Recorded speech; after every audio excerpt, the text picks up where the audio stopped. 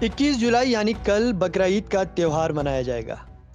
इस मौके पर हल्द्वानी के बिलाली मस्जिद के पेश इमाम मौलाना आसिम ने बकरा ईद के त्यौहार के मसाइल, इसका मकसद, बकरा ईद क्यों मनाई जाती है, इन सभी सवालों पर रोशनी डाली है। बकरा ईद मुसलमानों के यहाँ ये एक बहुत बड़ा त्यौहार है और इसका पस मंज़र ये है कि सैयदना हज़रत इब्राहीम अलैहिस्सलातु वस्सलाम ने अपने बेटे हज़रत इस्माईल अलैहिस्सलातु वस्सलाम को अल्लाह को राज़ी करने के लिए उनके नाम पर ज़िबाह करने का, चूँकि रब्बुल आलमीन का हुक्म था, इशारा हुआ था, तो अपने इकलौते बेटे को अल्लाह के नाम पर ज़िबाह करने पर आमादा हो गए थे। और ये बात मुसलमानों के ईमान में एक हिस्सा है, ईमान का एक हिस्सा है कि मुसलमान का जान माल सब कुछ अल्लाह का दिया हुआ है, और जब हमारा खालिक, हमारा मालिक, हमारा अल्लाह हमसे किसी भी चीज़ को क़ुरबान करने को फरमाए तो हर मुसलमान की ज़िम्मेदारी ये है कि वो हर बेहतर से बेहतर चीज़ या जो वो उसका इशारा करे तो उसको क़ुरबान कर देना, ये एक इस्लाम की शान भी है और ईमान का हिस्सा भी है।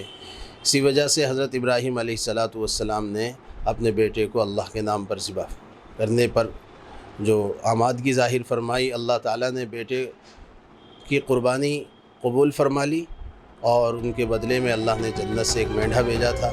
उनके बदले में वो मेंढा ज़िबाह हुआ और हज़रत इस्माईल अलैहिस्सलातु वस्सलाम को अल्लाह ने बचाया।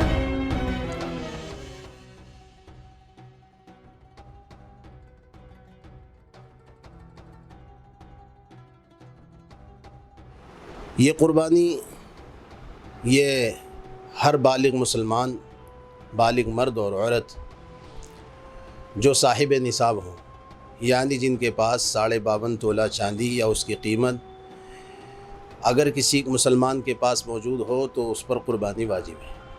मुसलमान होना, आज़ाद होना, साहिब निसाब होना और क़ुरबानी का वक्त होना, यानी क़ुरबानी के जो अय्याम हैं 10 ज़िलहिज्जा, 11 ज़िलहिज्जा, 12 ज़िलहिज्जा, ये 3 दिन क़ुरबानी के हैं।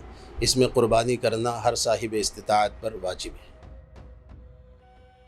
क़ुरबानी, ऊँट की क़ुरबानी और भैंस की, भैंसिया की क़ुरबानी, इसी तरह बकरा या बकरी, दुम्बे की क़ुरबानी, इनकी क़ुरबानी जो है मशरू है। इनकी उम्रें हैं अलग अलग। ऊँट या ऊँटनी 5 साल का होना ज़रूरी है। भैंस या भैंसिया कम से कम 2 साल पूरे होने चाहिए, और इसी तरह से बकरा या बकरी 1 साल का पूरा होना ज़रूरी है। भेड़ या दुम्बा कम से कम इनका भी पूरा साल होना चाहिए, लेकिन अगर ऐसे भेड़ और दुम्बा 6, 7, 8 महीने के हों कि अगर साल भर में छोड़ दिया जाए, वो साल भर के महसूस हों, तो उनकी भी क़ुरबानी जायज़ है। कोविड-19 को लेकर के हमारे यहाँ जो हमारे अधिकारियों ने, हमारे पुलिस प्रशासन ने जो गाइडलाइन दी है उसी का पालन किया जा रहा है। उसी की तरफ सबको मुतवज्जे भी किया जा रहा है कि उस ख़ास मकाम मुतय्यन कर दिए गए हैं और पर्दे के एहतमाम के साथ जो है सबको इस बात पर मुतवज्जे किया जा रहा है कि सारे लोग अपनी ख़ास जगह पर क़ुरबानी करें और पर्दे के एहतमाम के साथ खुले में कोई क़ुरबानी ना करे। और हमारे यहाँ चूँकि ये इस्लाम का एक अटूट हिस्सा भी है कि किसी को अपनी ज़ात से तकलीफ़ ना पहुँचे, पड़ोसी हो, मुसलमान हो, कोई भी गैर मुस्लिम हो, भाई हमारा, वो किसी भी हमारे अमल से उसको तकलीफ़ ना पहुँचे।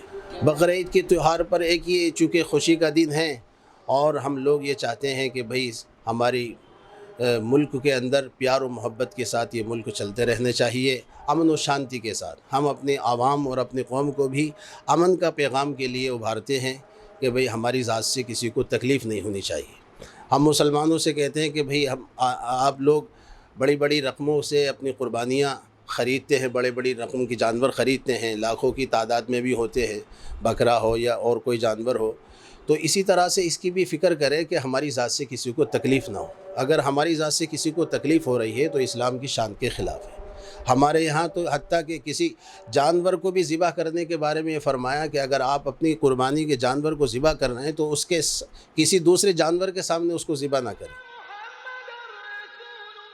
یہ تہوار ہمیں اپنے دیش اور انسانیت کی رکشا کے لیے ڈٹے رہنے کا سندیش دیتا ہے۔ اس کے ساتھ ہی یہ تہوار تیاگ اور بلیدان کا جذبہ پیدا کرتا ہے۔ لوگوں کو اس تہوار کا بے تابی سے انتظار رہتا ہے۔ حالانکہ کورونا سنکرمن کا پرکوپ بکرا تہواروں پر بھی دکھائی دیا ہے۔ بازاروں میں بکروں کی منڈی لگی ہوئی ہے، لیکن بکرا خریدنے کے لیے کم ہی خریدار نکل رہے ہیں۔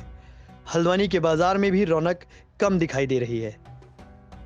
قربانی کے فضائل سب سے مین چیز تو یہ ہے کہ اللہ کا قرب حاصل کرنا، اللہ کی محبت اور اللہ کی سے نزدیکی و تعلق کو حاصل کرنا۔ لیکن اسی طرح سے فرمایا کہ قربانی کرنے والوں کو کیا ملتا ہے؟